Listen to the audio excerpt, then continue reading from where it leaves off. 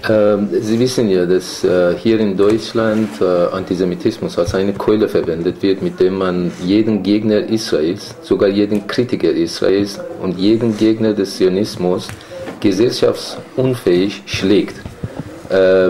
Was ist Ihre Einstellung dazu? Zum Beispiel, wenn irgendwelche deutsche Politiker gegen Israel Stellung beziehen würden Sie das als antisemitisch bezeichnen?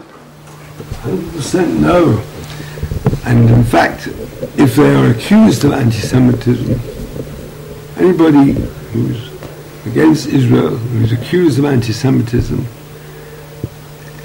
they should answer, look back at the origins of Zionism.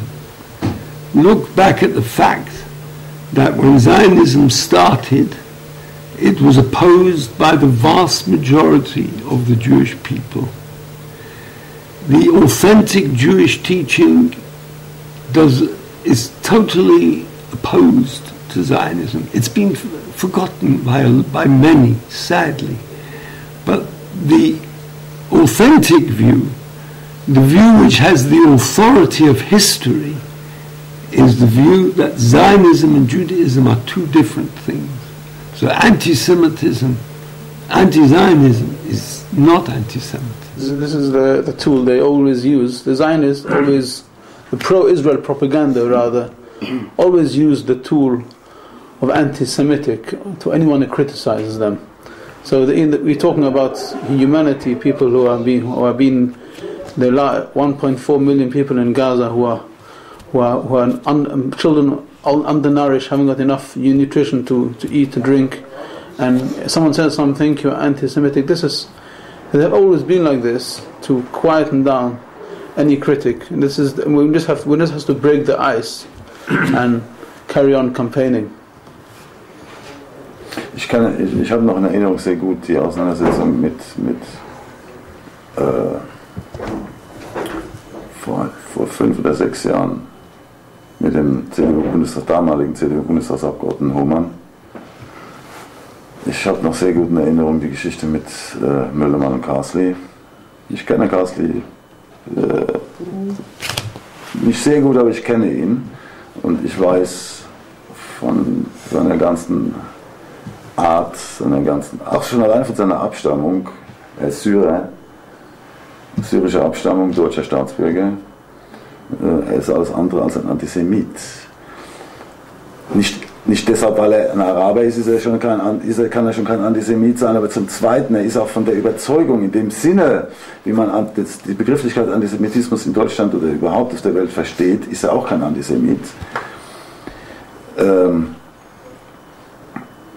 Er hat nichts gegen Juden, er hat nichts gegen mich, er hat nichts gegen ihn, er hat nichts gegen die beiden, also er hat uns noch nicht geschlagen, er hat uns noch nicht bespuckt, aber interessanterweise, geschlagen und bespuckt werden wir von Juden, sogenannten Juden, die Mischugge sind vor lauter Zynismus im Kopf.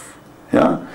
Also die Frage ist eigentlich, die zu stellen wäre, wer ist eigentlich der größere Antisemit?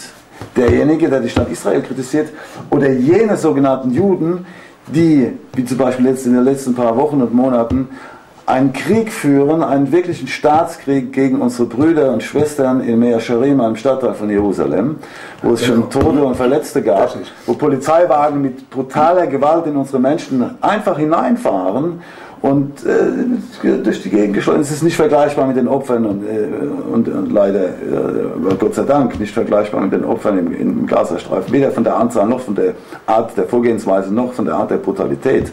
Aber wer ist jetzt die Frage in dem Zusammenhang? Wer ist dann? Das erlaube ich mir zu stellen. Wer ist der größere Antisemit? Also die Zionisten an der Macht, die ihre Polizeiwagen, ihre Gaspatronen, ihre Wasserwerfer, ihre deutschen Schäferhunde auf Juden, auf orthodoxe fromme Juden losschicken. Nirgendwo in der Welt liest man das, in keiner deutschen Zeitung erscheint das. In der deutschen Zeitung erscheint es, wenn Kriegstreiber wie Henrik Broder oder wenn solche derlei Leute, wenn die wie man auf Deutsch sagt, einen Pups lassen. Das wird veröffentlicht und das interessanterweise wird verkauft, als wäre es originäre jüdische Meinung. Ja. Und das ist die größte Lüge, die es gibt. Henrik Broder und diese Konsorten. Ja. Charlotte Knoblauch, Stefan Kramer, Graumann, das sind alles Zionisten, die sich den Mantel der jüdischen Gemeinden, die sich etwas umgestülpt haben, was ihnen nicht gehört, was ihnen nicht zusteht, was sie sich gestohlen haben von uns.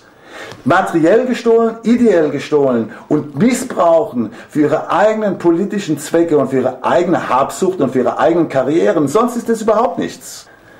Und das ist das Schlimme, dass die Aussagen dieser Leute, die Aussagen dieser Menschen für bare Münze verkauft werden hier in diesem Land, dass jeder denkt, na gut, so wie die reden, sind die Juden. Das sind Juden. Jeder denkt, das ist jüdisch. Deren Verhalten, deren Chutzpahigkeit, deren Unverschämtheit, deren Erpressungsmethoden, deren Vorwürfe, deren Klagen, deren Lügen, alles das wäre jüdisch. Und das ist die größte Lüge, die es gibt. Und genau das ist es, was in unserer Gesellschaft, in der deutschen Gesellschaft, Antisemitismus verursacht. Genau das ist es. Sie meinen, the Zionists are the biggest cause of recent modern day anti-Semitism, because people look at the way they behave, what they do, and they say, well, that is Jews, so no. So we're right to be anti-Semitic. Yes. And whereas their whole way of conduct is totally foreign, totally alien to Judaism. The Zionists accuse Iran of being anti-Semitic because they have to have an enemy. The Zionists must have an enemy. If they don't have an enemy, then they have no excuse for carrying out their cruel deeds that they do. So they say, well, Iran is our enemy. But if Iran was anti-Semitic, they could start with the big Jewish community which is in Iran. And they live peacefully. We've met them, and they're happy. They have no problem. And the problem, Iran is of course anti-Zionist, but not anti-Semitic in any way, of the Zionist state. But that solution at the moment is a dream. It can come about, it will come about, but at the moment it is a dream. So to say what can we say, what should we do at the moment, you have to be a politician.